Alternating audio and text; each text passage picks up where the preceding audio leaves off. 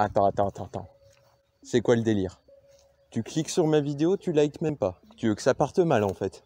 Tu likes, tu cliques sur le petit bouton bleu là, et on peut commencer la vidéo. De toute façon, je te le dis, j'ai tout mon temps, mon gars. Donc tant que t'as pas cliqué, on commence rien du tout. C'est aussi simple que ça. Ah là là, filet plein.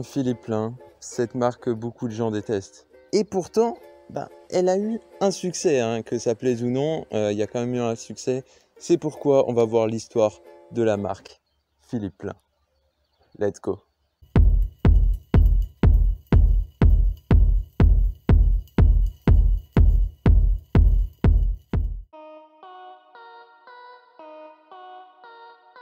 Avant d'être une marque, Philippe Plein, c'est tout d'abord un homme. Oui, un homme comme toi et moi qui se lève le matin, qui se brosse les dents. Bref, un homme lambda, je vais pas non plus vous faire un dessin. Et un beau jour, ce bon vieux Philippe s'est dit « Tiens, mais comment je pourrais me faire plein d'oseille ?» Et c'est là qu'il trouve l'idée du siècle. Faire une marque de vêtements, mais genre super cher. Ouais, vous avez parfaitement compris, il décide d'arrêter ses études de droit pour vendre des vêtements qui coûtent un salaire. T'es un malade, Bernard, un malade. À première vue, on pourrait se dire, laisse tomber frère, ça va jamais marcher. Et pourtant, ça marche direct. Juste pour info, sa première vente, il l'a fait dans un stand à Paris qui vendait des niches pour chiens. Il a tout simplement posé une veste en cuir juste à côté des niches, et tout le monde voulait l'acheter. Et c'est comme ça qu'il a vu l'opportunité qui s'offrait à lui. En d'autres termes, il a vu qu'il pouvait se faire un maximum de blé. Beaucoup de blé. C'est en 2004 qu'il décide d'imposer une tête de mort en strass Swarovski sur ses créations. Et il lance aussi une collection de vestes militaires. En réalité, il s'inspire de différents mouvements loufoques, tels que les métalleux, les militaires, les punks et plein d'autres. Et c'est ça qui plaît dans la mode, l'originalité, voire carrément la mocheté. Plus un habit est laid, plus il est original. C'est sûr que personne n'a envie d'acheter un habit pour se rendre compte dès le lendemain que tout le monde porte le même. Philippe Plein réalise des créations très osées, voire carrément moches, et qui sont vendues très cher. En 2010, il décide d'ouvrir plusieurs boutiques à travers le monde.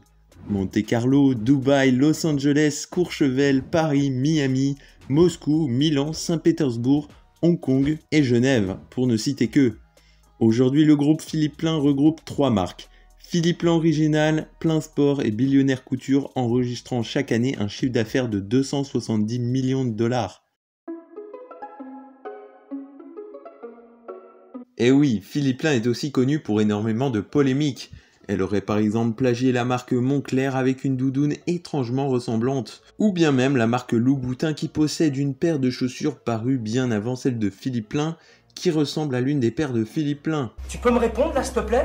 Sans même parler des nombreuses polémiques de la marque sur les réseaux sociaux, Philippe Plein n'est pas aimé de tous, ce qui est compréhensible puisque moi-même je n'aime pas vraiment cette marque. Il faut aussi noter la fois où il s'est associé avec un graffeur très peu apprécié, Alec. Si, vous voyez le graffeur qui graffe que des personnages de Monopoly. C'est Alec. L'artiste Kidult a par exemple graffé la vitrine Philippe Plein rue de Rivoli pour se moquer du capitalisme. Philippe Plein, c'est le symbole même du capitalisme qui dirige ce monde. C'est pourquoi Kidult s'en est pris à Philippe Plein. D'ailleurs, si vous voulez une vidéo sur Kidult, dites-le moi en commentaire. Et donc voilà les gars, c'est déjà la fin de cette vidéo. N'hésitez pas à liker, à commenter, à partager et à vous abonner.